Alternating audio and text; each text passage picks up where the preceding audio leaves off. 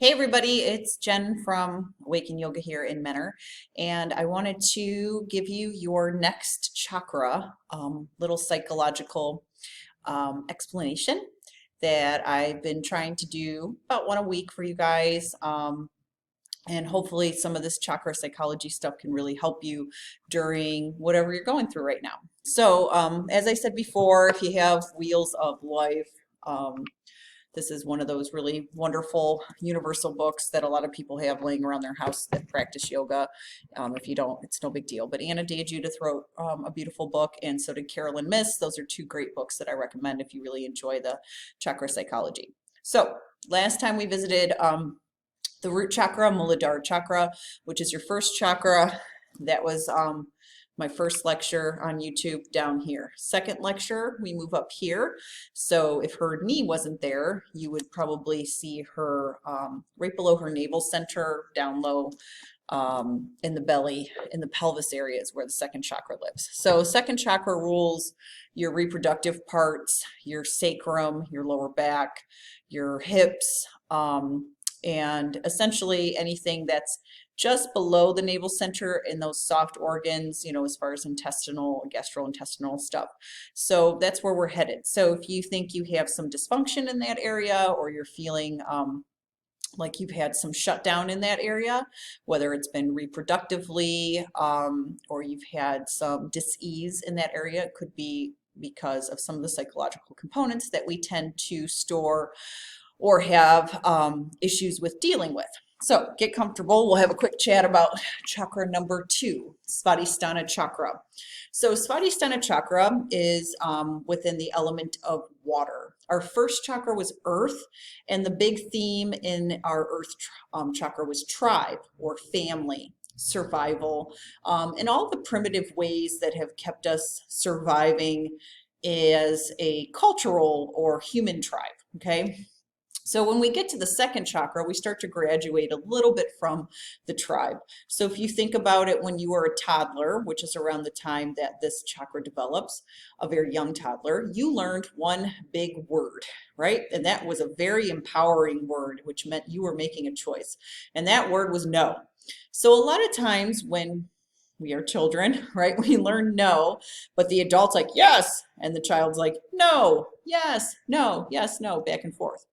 So what we are starting to understand is the balance between, you know, our honoring of the tribe, and we're going to start to honor each other a little bit more and more closer, intimate relationships, but also start to understand that in between, next time we talk will be about individualism, complete individualism, and then the tribal factor, but that nice in between to like closer relationships and partnerships. That all starts to happen in the second chakra, which makes sense because it's our sexual chakra, right? It's where we have that divine union with somebody else, where we create life. And we manifest our seed intentions. And it doesn't all have to be related to sex. It has a very fertile aspect. Life has an incredibly fertile aspect. Look at the cycle of the seasons. Look at Mother Nature. So anytime we plant a seed or an intention within us, we are going towards our more creative aspect in life. So when the second chakra gets shut down, your creative aspect might too also get shut down. And you might not feel that close connection to yourself with your own personal manifestation powers, okay? So manifestation powers are really important. So if you think about the energy of water, and in general, if you just study nature, you can learn a lot about chakras. If you study the element water, what does it do? It ebbs and it flows, and it moves with the power of the moon. What happens in women's bodies once a month during their period where they menstruate, right? We have a complete and utter cycle that revolves around this very divine feminine lunar energy. This chakra is very feminine. And our third chakra will become more of our masculine chakra. But your second chakra, man or woman alike, is emotional. It ebbs and it flows, and it changes sometimes day to day how we feel. So this space is all about the right to feel what you feel. So when we're little, we'll go back to that original discussion of when you're little and you're feeling that power of choice, taken away from you? Did it happen too often? Were you really just told you didn't have a choice? Okay, when it came down to what you wanted to eat, what colors you wanted to wear, what you wanted to play with, that all really starts to build up to us, the older we get. And then all of a sudden, you're that type of person who either needs to be controlled because you can't take control of your own life, or the opposite, you're over the top controlling because that's what you were taught and that's what made you feel safe. Essentially, that's what the tribe was feeling, was that they were feeling safe by controlling you. And that's what happens with others and the control issues is, this person isn't doing what I want them to do, so I no longer feel safe. So we're gonna, that's when things might happen, like abuse might happen, self-abuse or abusing someone else, and trying to continuously control this environment that essentially is let go. You can't control shit in your life, right? Let's be honest. It's just a chance of luck when things go our way, right? But it can only go our way for so long. Look at what we're going through right now. And the people that are really struggling through this pandemic are the people who cannot let go of control, who lost their normal. And now that they've lost their normal, it's making the tornado reaction, and it's making them not feel safe. So take someone's safety away, take someone's control away, and then watch the spiral.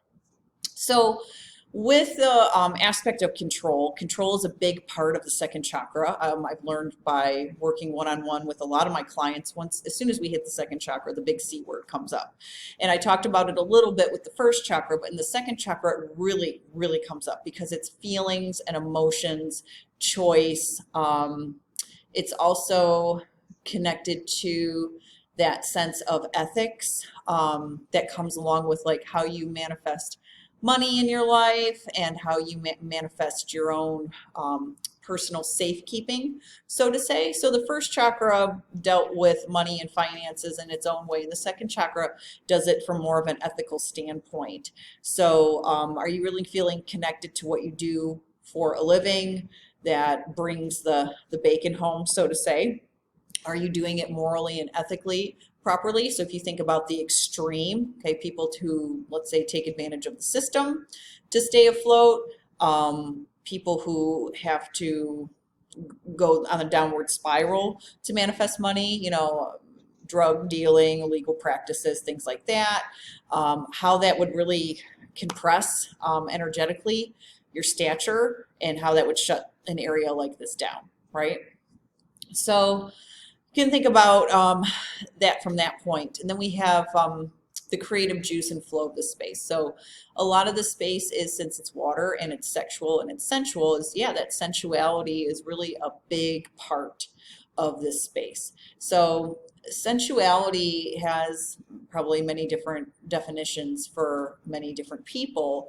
But if you think about sensuality as sort of like an essence maker, a lot of us get sensual pleasure. It doesn't just have to be sexual pleasure. And a lot of you aren't even comfortable thinking about that or talking about that. And that goes back to the tribe, right? And what we were forced to take in, and what we were forced to say was good or right or wrong. The tribe told us that. So you didn't come into the world believing that. You came into the world pure of thought. People put that into you. Society put that into you, what you believe is acceptable about your sexuality and your sensuality. So the great thing about modern day, and as a woman, and modern day woman living in Northeast Ohio, at least, I don't know what it's like in other areas of the country, but we're kind of in a very expressive movement right now where women are all about goddessy and flow, and we teach yoga for a living. There's more women practicing yoga right now than men. If you lived in India, it's the opposite. It was a male culture thing. I don't know honestly how it is now in modern times, but just 100 years ago, only men were allowed to do yoga. So now, women are exploring their sensuality, their self-empowerment, their right to feel what they feel. And that's sort of evolutionizing this whole space. So if you think about the hips in general and the pelvis in general and what it does and how it moves, and when we become very locked into our pelvises and we don't move them and we don't stretch them, and we're not using all those muscles, and it's not, and you're not getting massages, or you're not massaging your muscles and your joints by moving these spaces in an organic way, what happens? Well, you throw your back out, you get sciatica, you have pelvic floor pain, you might have had a baby and gotten an epidural and literally numbed your whole childbirth experience and blocked that natural flow recessor. Maybe your baby didn't come out through the birth canal, maybe you had a cesarean, and again, you didn't get that feeling and that experience of flow going through, and then flow gets blocked. And then what happens? Well, then we have disease or discomfort. I know after I had my daughter, especially, she was an 11-pound baby and I had her in the water. My pelvic floor was completely discombobulated from that. Sorry if it's too much information for you, but it's true. And I was so thinking about what I needed to do in that space to heal it, because I am a body worker. And instead of just listening instinctually what it needed, which was a lot of rest and a lot of building up in other areas like the core and things like that, which is third chakra. But anyways, when we feel this disconnect to the pelvis and it gets shut down, we really block that experience of sensual flow, of feeling the emotional flow, feeling the right to feel what we feel. These are all incredibly important aspects when it comes to understanding the second chakra. So when you are exploring this space on your own, maybe perhaps, a lot of my students like to journal or do, questions to prompt themselves of what they need to explore in the space. You could start by, Carolyn Miss, says, write the definition down of what is your definition of creativity. So I would say, well, what's your definition of sensuality? Are you connected to your own sensuality, not just sexuality? And if these boundaries have been breached, almost every psychological author will say, well, have you taken steps to heal that? And if so, what have you done? Okay. Now, the demon of this chakra is guilt. Ugh. I had one really awesome student say she has a social worker background or some kind of psychology background, and she made a really great point and said, guilt is that experience of, I feel bad, like I did something bad, and shame is I am bad, and we'll talk about shame in the third chakra. But that experience of I feel bad, I did something bad, what is the point of having that emotion or that experience constantly replayed over in your life, right? So guilt is a demon if you choose to hold on to it and you don't choose to heal it and you don't choose to be proactive with going forward with your healing process in your life. You have to participate in your own healing. This is rule number one. So in the second chakra, when we're dealing with guilt and feelings of guilt, okay, a lot of times it is connected to our sexual history or our sexual past and how we were treated or how we treated someone else. A lot of times it's just connected to past memories in general. I could have done better. I could have been better. I could have, would have, should have. We should all over ourselves, which is not good either. So it holds us down and it drags our energy down. And then it becomes a murky, muddy mess. And when that happens, people don't want to go there. They don't want to clean it up, right? They don't want to look at it. And when the pelvis becomes clenched, and it becomes inaccessible or it becomes dark and it becomes uninviting and you no longer want to participate in that part of your body. The pelvis it has an amazing amount of information and responsibility to do in the body. So when the psychological health isn't there, the emotional health isn't there, the physical health isn't there, the body will kind of fall apart a little bit, right? We don't want to move. We don't want to heal. We want to shut off because we don't want to feel, okay? And that whole aspect of this space is the right to feel what you feel. But what if you don't want to feel? What if you you have the right to feel what you feel, but you just don't want to even feel it because maybe you feel guilty or you feel this chakras can also make us feel betrayed. It can make us feel stripped, energetically raped. Maybe physically you've had sexual boundaries been crossed and you don't want to revisit that. So healing isn't about going through the junk drawers and replaying all of this life experience, right? Life experience is life experience. Life experience made you who you are, right? We want that life experience when we are emotionally intelligent enough to understand how to process it, okay? So we went through something in our lives and it could have played out to be even traumatic, right? A lot of us have had trauma, a lot of us. Um, but if we stay connected to just the trauma, then how do we ever overcome it? How do we move on from it? How do we empower ourselves from it? So second chakra is going to say guilt is a useless emotion. Move on. You have a right to feel what you feel though, right? So remember, you have a right to feel sad, angry, upset, happy, empowered, beautiful. You have a right to feel all of that.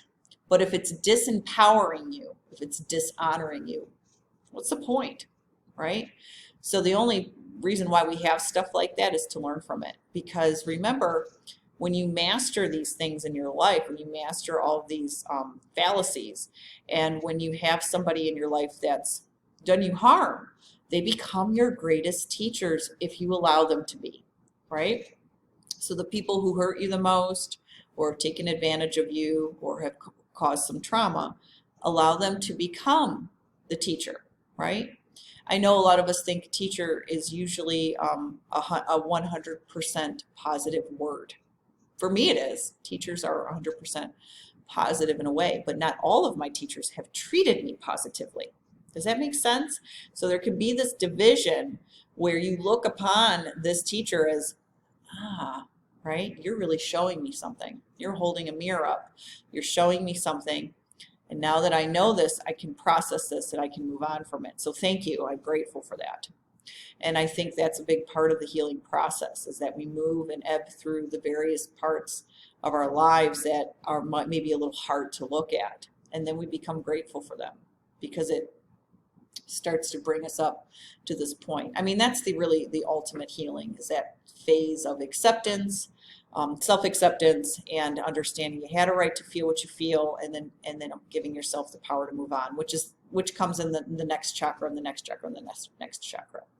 So the second chakra, my favorite things about it is that ebb and flow, that lunar flow, connecting to the moon, connecting to water, taking baths, doing healing rituals, divine feminine rituals. You know, if you were male, it's so hard for me to connect to the divine masculine. I really don't feel that divine masculine energy till I get angry, right? And then I'm like, rah! And then I'm like, oh, I get the male energy. But for the second chakra, for the divine masculine, you know, there's been a lot of stuff going on for you guys down in that area. You know, a lot of different kinds of strange cancers and things shutting down as well. And male infertility is at an all-time high too.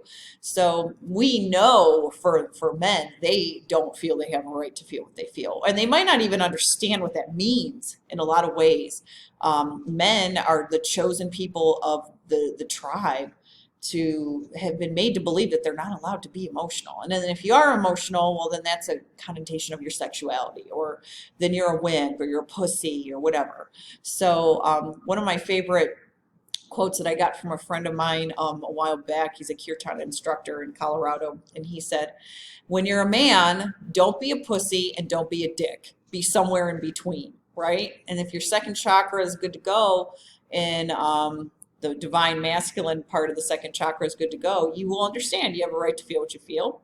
You'll be good at communicating that and processing that and giving yourself that permission to, I don't know, cry at that commercial if you need to cry at it and not be ashamed of it, right? Just be who you are. If you can go out in the woods and cut down a tree and drag it into your house, you know, what's the big deal if you're doing that? Or what's the big deal if, you know, you're going to have to sit down and have a good cry over something that hurts you? You're a human being.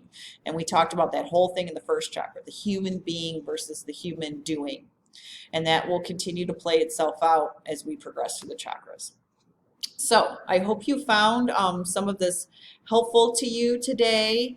And I enjoy going through each chakra just to kind of recap things for people learning about them, or if you're new to this, just enjoy it and continue to support your yoga community, continue to be curious, and continue to, I guess I would say, continue to really focus in on the people who've taken the time to really educate themselves on this and have valid study background going in on this. We really appreciate that because yoga is sort of this sketchy thing, right? Where you know, you can kind of go and get a yoga certificate anywhere, and God only knows who's teaching it. So the best favor you can do for people like us who truly are vested in what we do is to be curious and do the research and stay educated.